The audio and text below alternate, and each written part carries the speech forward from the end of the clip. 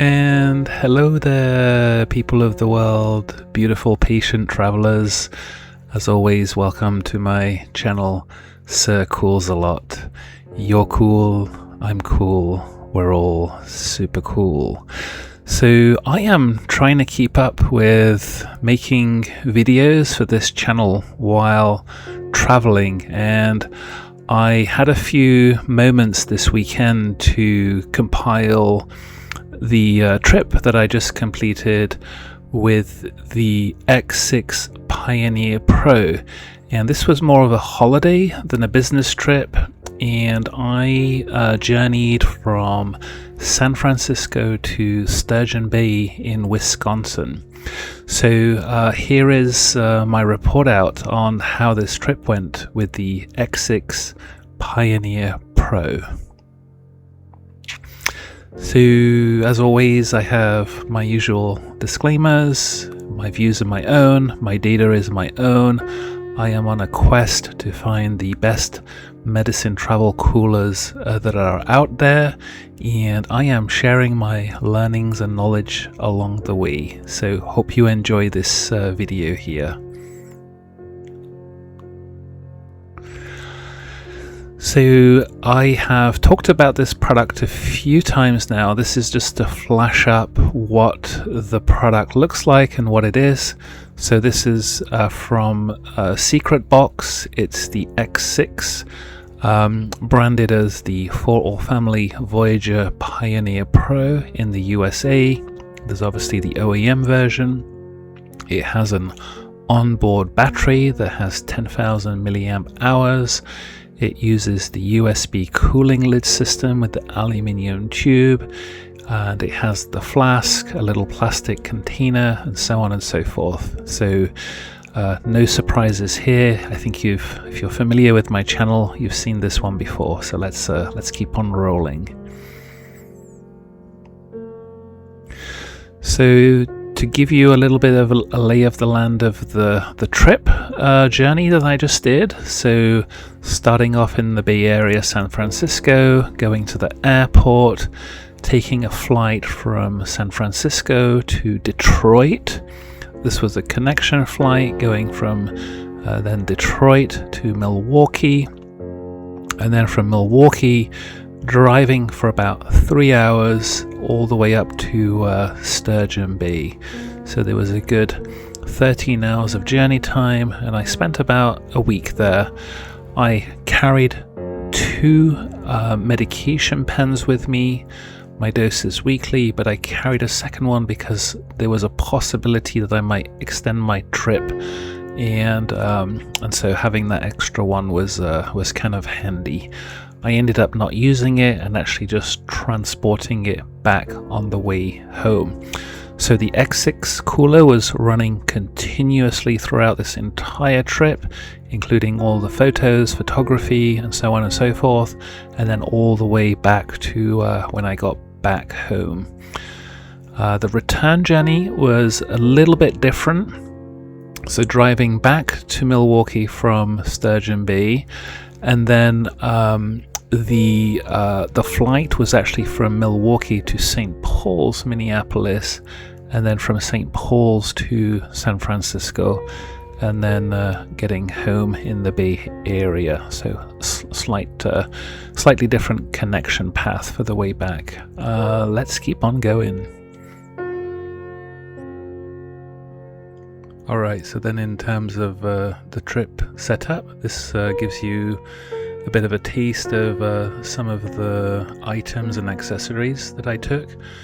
A little bit similar to that international trip I previously posted a video on. The main difference here is I took 2 20,000 milliamp hour in-new batteries and one 27,000 milliamp hour battery. I started getting into a habit of using the 27,000 milliamp hour battery for the phase where I'm staying at the hotel or staying at someone's place or wherever. It's sort of the one that kind of runs throughout the day to day, that kind of stuff. And then for the live trips where I'm at airports or whatever, going with the slightly smaller sized battery, the 20,000 milliamp hour battery, because it's not quite as heavy. It's a little bit smaller, so it fits nicely in those pockets of those carry cases. I'll refer you back to the previous video that I posted on the international trip with the X6 to kind of detail all of this out. Won't bore you with showing you the assembly video and all of that, because that was already covered in that previous video. But maybe the only thing to note here is these this right angle adapter with the 90 degree feature. What I like about it is it has a little LED light, and so that allows me to see whether there is power running through it or not. And so this is quite handy to have when you're using an external battery that's powering an X6, to give you a quick cue on whether there is power flowing from the external battery, or whether it's actually in fact the onboard battery that's providing the power. Let's keep on going. So this is just sort of showing the getting ready for the trip. So what I normally do is right up to the point where I'm about to leave, so the cooler is all packed. I'm actually using a double power source here. One is powering the onboard battery, the other one is powering the cooler, and then separately I've already charged up the external battery. So really what I'm doing here is I'm making absolutely sure that I've got full power and full charge right up to the point of departure from my house. And additionally, I was using the Tempify probes and the tempo discs as part of this setup. So one of each was inside the cooler and one of each was outside the cooler for ambient temperature. And take a look at Sturgeon Bay. It's going to be quite a hot week. I guess that's exciting for the holidays, and also exciting for giving the travel cooler a little bit of a test.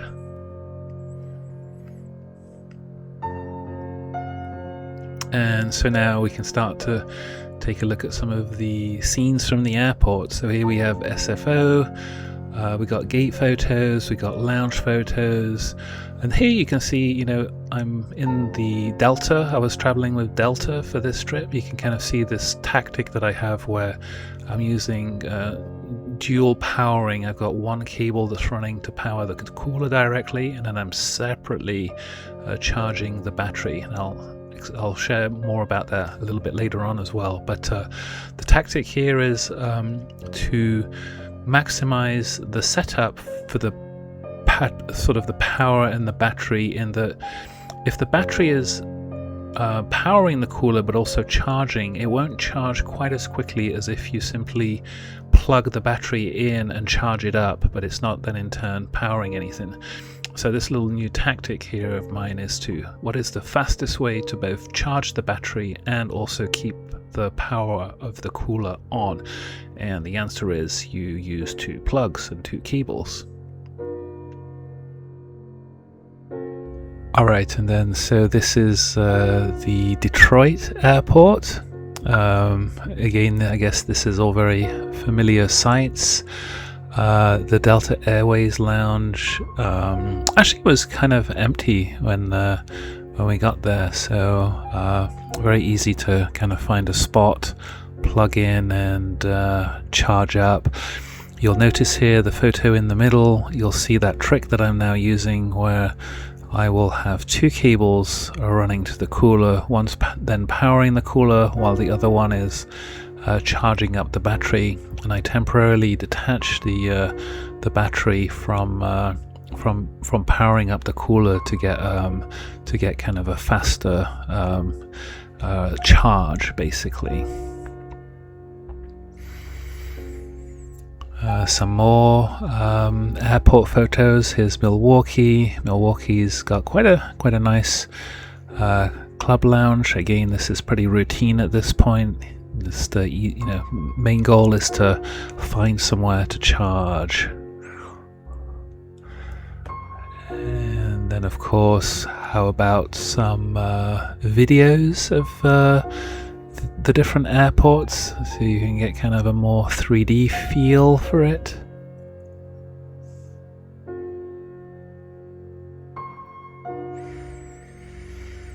We got San Francisco, we got Detroit, and we got views of Milwaukee here.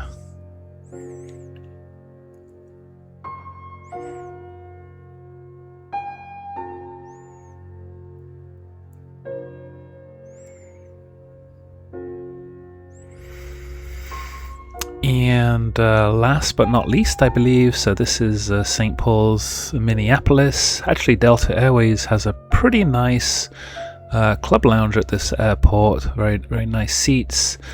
It's kind of on an upper level. You have sort of an overview of the airport gates and other things. And anyway, here's some kind of pictures of how that looks.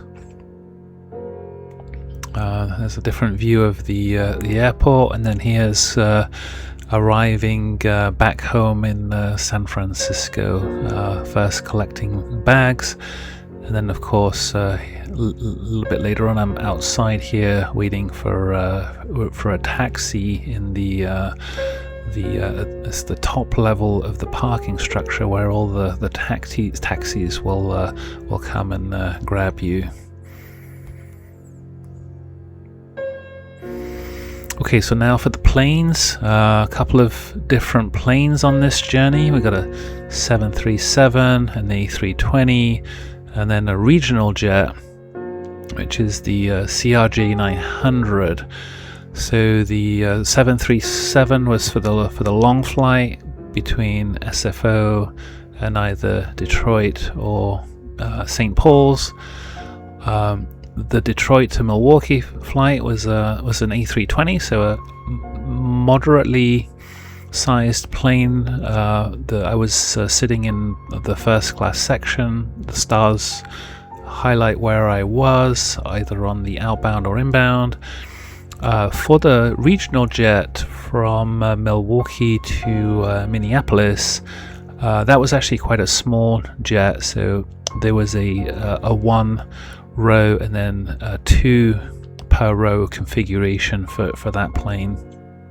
So it kind of gives you an idea of what that looks like. So a couple of seat shots. This is the Delta, the long flight, the 4 or 5 hours. I primarily just had the cooler sitting under the seat. You can kind of see here it's pretty easy to charge it up. There are kind of full plugs actually, just in the center console.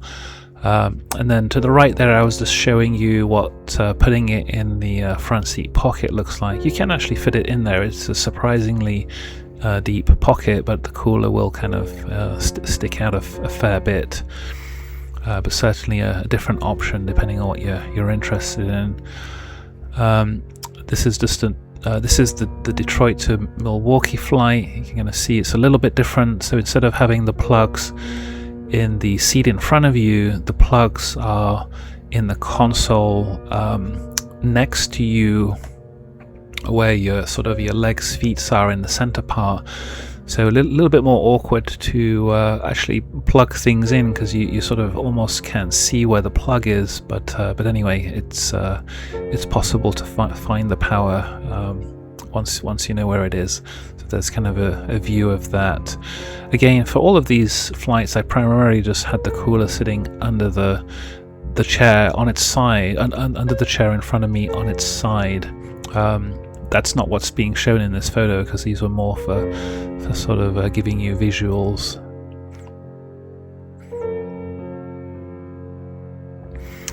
And then this is the flight from St. Paul's back to San Francisco. So just, it's more of the same really. Basically just finding the right plug, and then plugging things in. And as I said, when it came to the main part of the flight, I simply slid the cooler under the chair in the sideways position. So in this photo there, it's upright. In terms of the power plant, basically I had two strategies. There was one for charging and powering, where, as I mentioned, I would plug the battery straight into the mains to charge it, and I would separately power up the cooler while I'm doing that. And then when I'm in more of the maintenance mode, where it's kind of the long flight or whatever, I would switch to having the battery be plugged into the wall, and then the battery be plugged into the cooler. So just some different pathways there to think about. In the ongoing powering pathway, this was kind of the nicer one because I wasn't really needing to charge up the battery. The battery was more in the circuit as a backup. So here you can sort of see some different pictures where I was doing that. I'll talk about the Jeep rental car in a little moment, so you can kind of see how that one looked. So here's the rental car that I got. It was kind of a pretty cool Jeep. I kind of like getting these Jeeps for the lake holiday. Kind of get into the vibes. So there's the X6 cooler kind of hanging out here. You can kind of see the front console.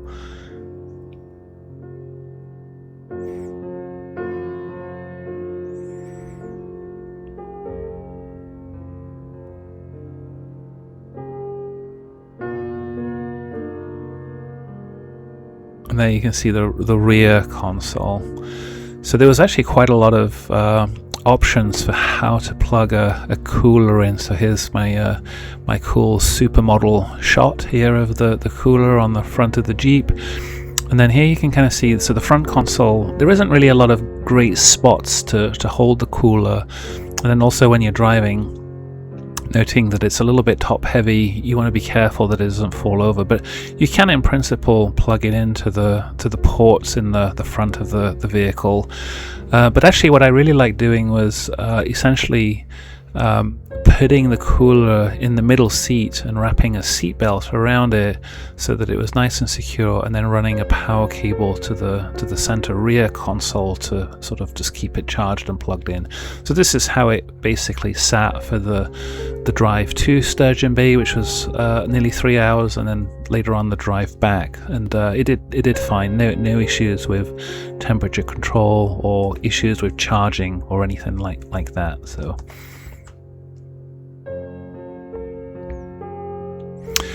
and that's just to sort of zoom in a little bit more on that setup. You can kind of see how that looks.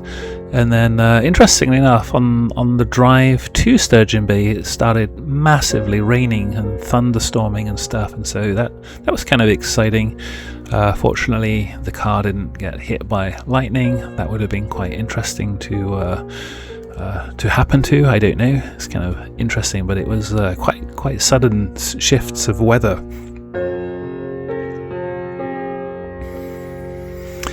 And taking a little sidestep here, so I had I took a little bit of time to have fun. This was a holiday, so here's some photos of that. There's a drive-through cinema near Sturgeon Bay. It's kind of classic and very old American style, so enjoyed that. We obviously had some fire pits going on several occasions.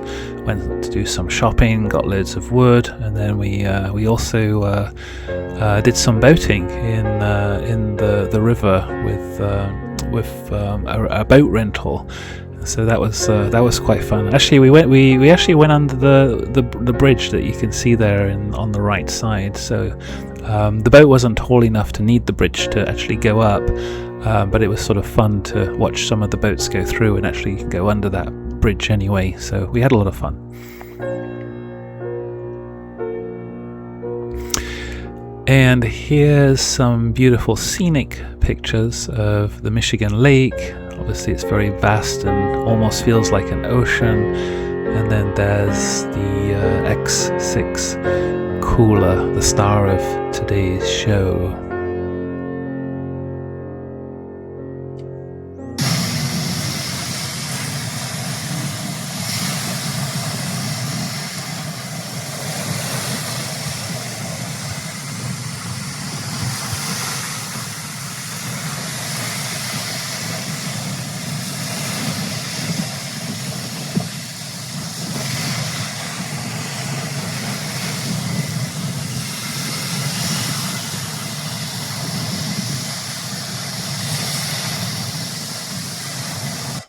and there's the beautiful sounds of the Michigan lake. Hope you enjoyed that. And there's the star of the show for today, the X6 Pioneer Pro.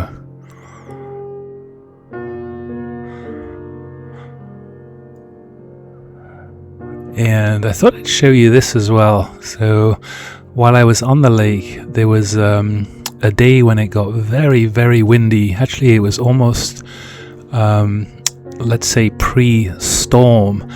And I noticed a boat, a sailing boat on the horizon that was trying to make its way from right to left across the lake. And it was really, really struggling to fight the wind. So I just thought it was kind of a cool little movie shot there. On the right, you can kind of see it's sort of trying to do the Z move to kind of make its way across the lake as it's fighting the wind. And you can see the sail is really struggling. And then on the right there, that's the movie's a little bit later on. It decides to there's two crews on this boat. They decide to essentially pack up the sail and switch to the motorboat, and essentially I think they went back to the port there because they decided that today was not going to be the day to fight the wind. So anyway, I hope you enjoyed that little extra surprise. Let's keep on going.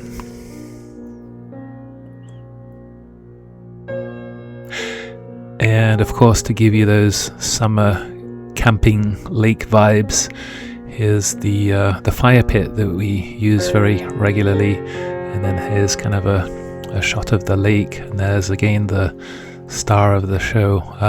By the way, there was real medication inside the cooler all the way throughout this holiday that I took, because as I mentioned, I carried one pen for my weekly dose, but actually I carried a second pen with me because I was debating whether to stay another week or not, but I decided not to. But just a heads up for this video, there is actually live medication in all of the photos and throughout the entire video. So where you see shots at the airport, or right here at sort of the fire pit, or on the beach, or wherever, those shots were all with live meds. So if that brings you comfort in what's possible with if you're a patient traveler, then there you go, some good vibes for you, that you can definitely both have medication and really enjoy your adventures.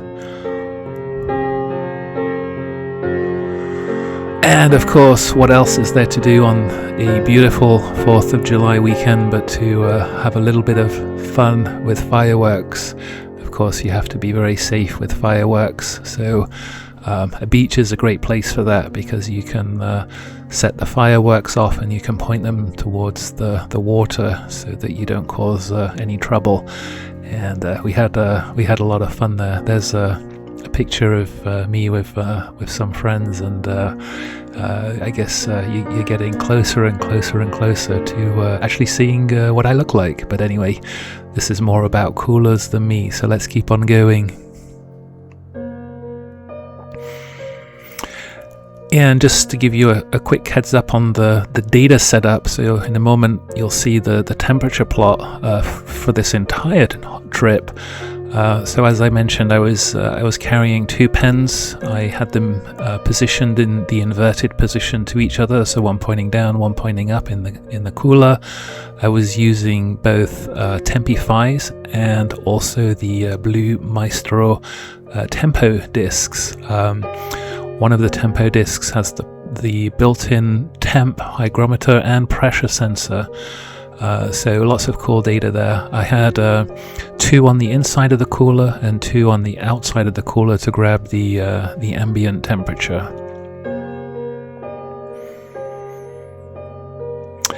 And as always, here's the money shot. So this is the graph. So there's quite literally here a week in Sturgeon Bay.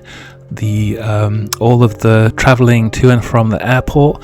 And when I got back home, because I was carrying that second medication, I actually left the medication inside the unit until I was needing to take that dose.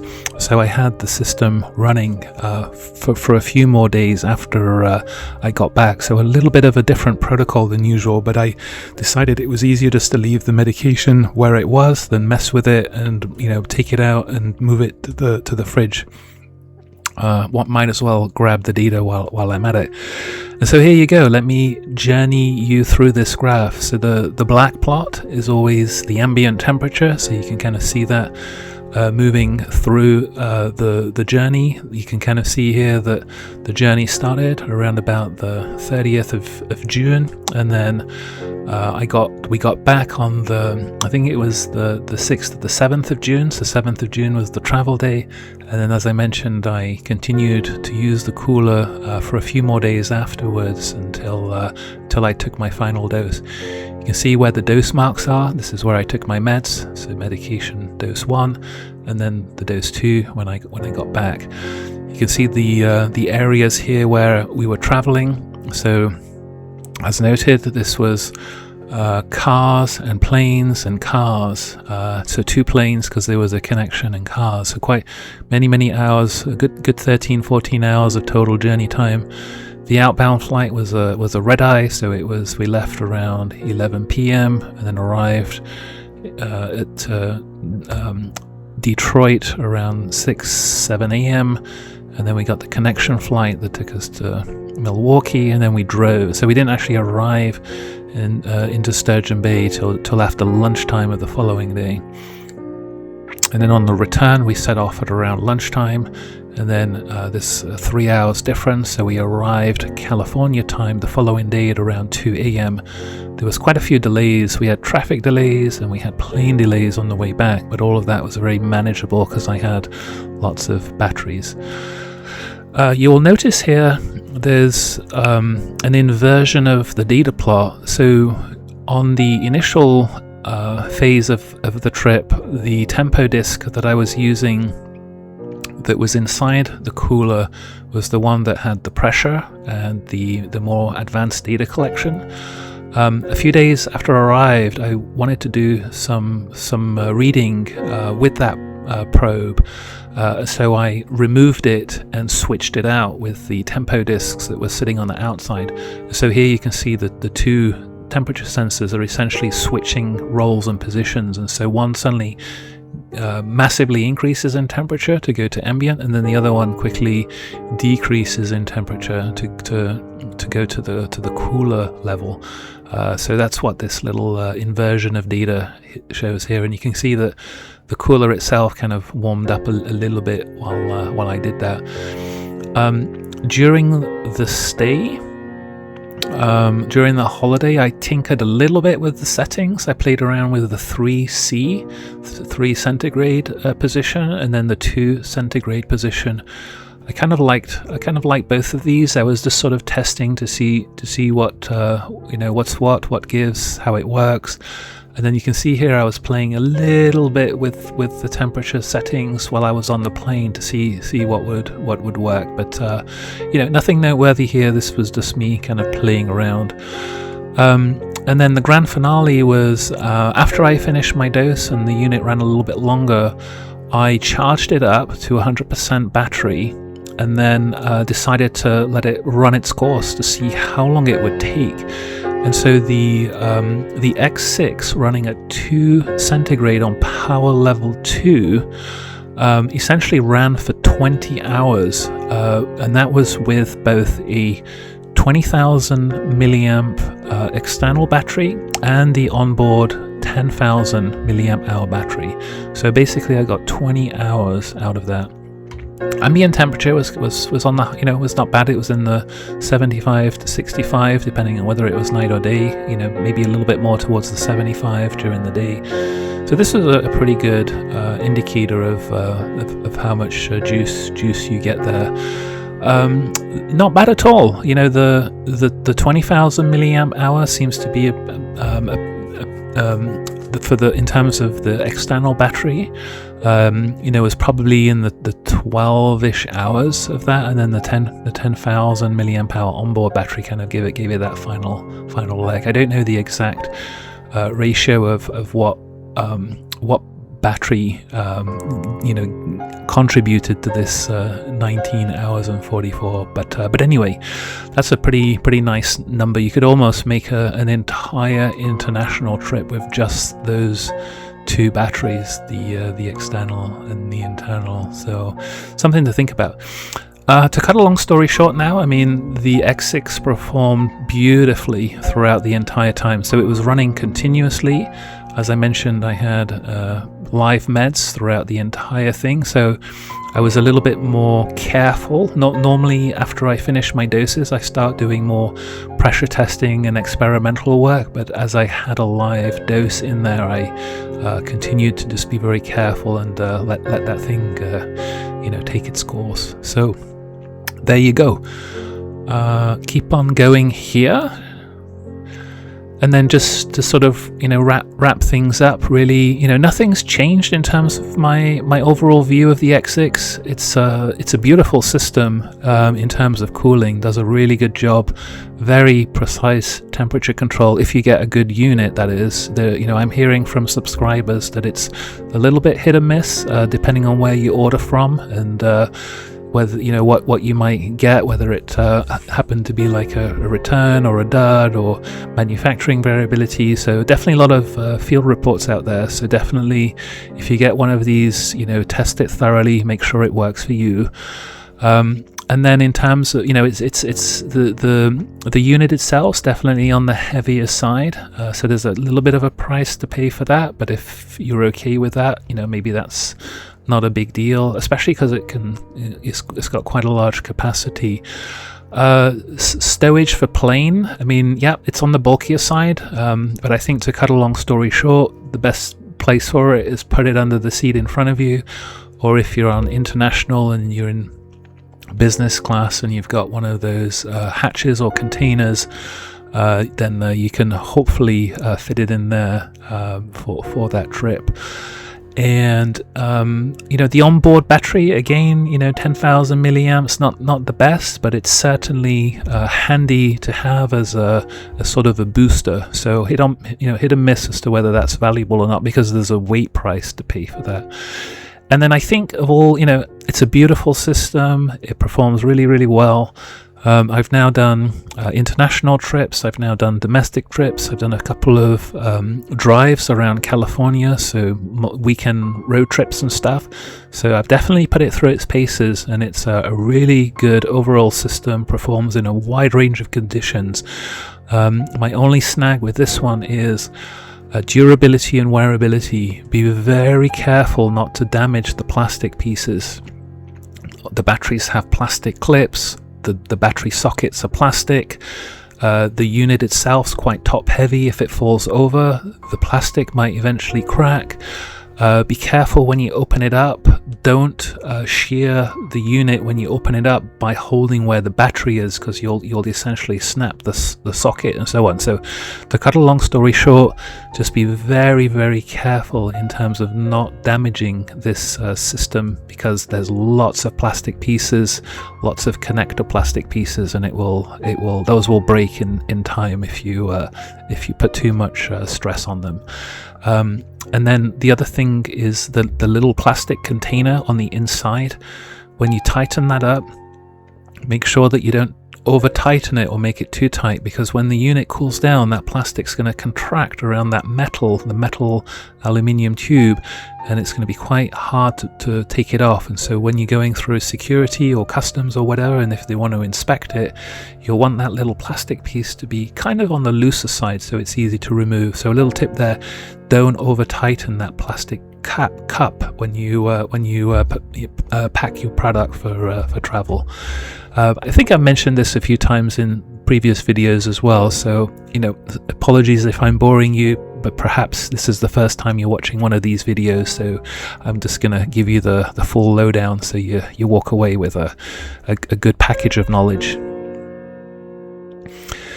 So that's a wrap for me. As always, if you want to support the Cool Club community, we got lots of stuff going on. We have a Discord server where you can come and chat to fellow patients. We've got X where you can post things. We've got Reddit where you can post things. If you need to find any of my resources, you can email me or go to my website. And of course, some of you are interested in dropping in community donations and stuff to support the work. If you want to sponsor a medicine cooler product testing program or just anything that you like, you're welcome to do that too. It's all fair game. Everything will be put to a good cause. So, and then of course I have a small curated store of coolers that have been thoroughly tested, accessories as well. So if you really want peace of mind, you're traveling, your medications are expensive, and you want to know that your cooler is going to work, connect with me, send me an email, and take a look at my store, and maybe there's something for you.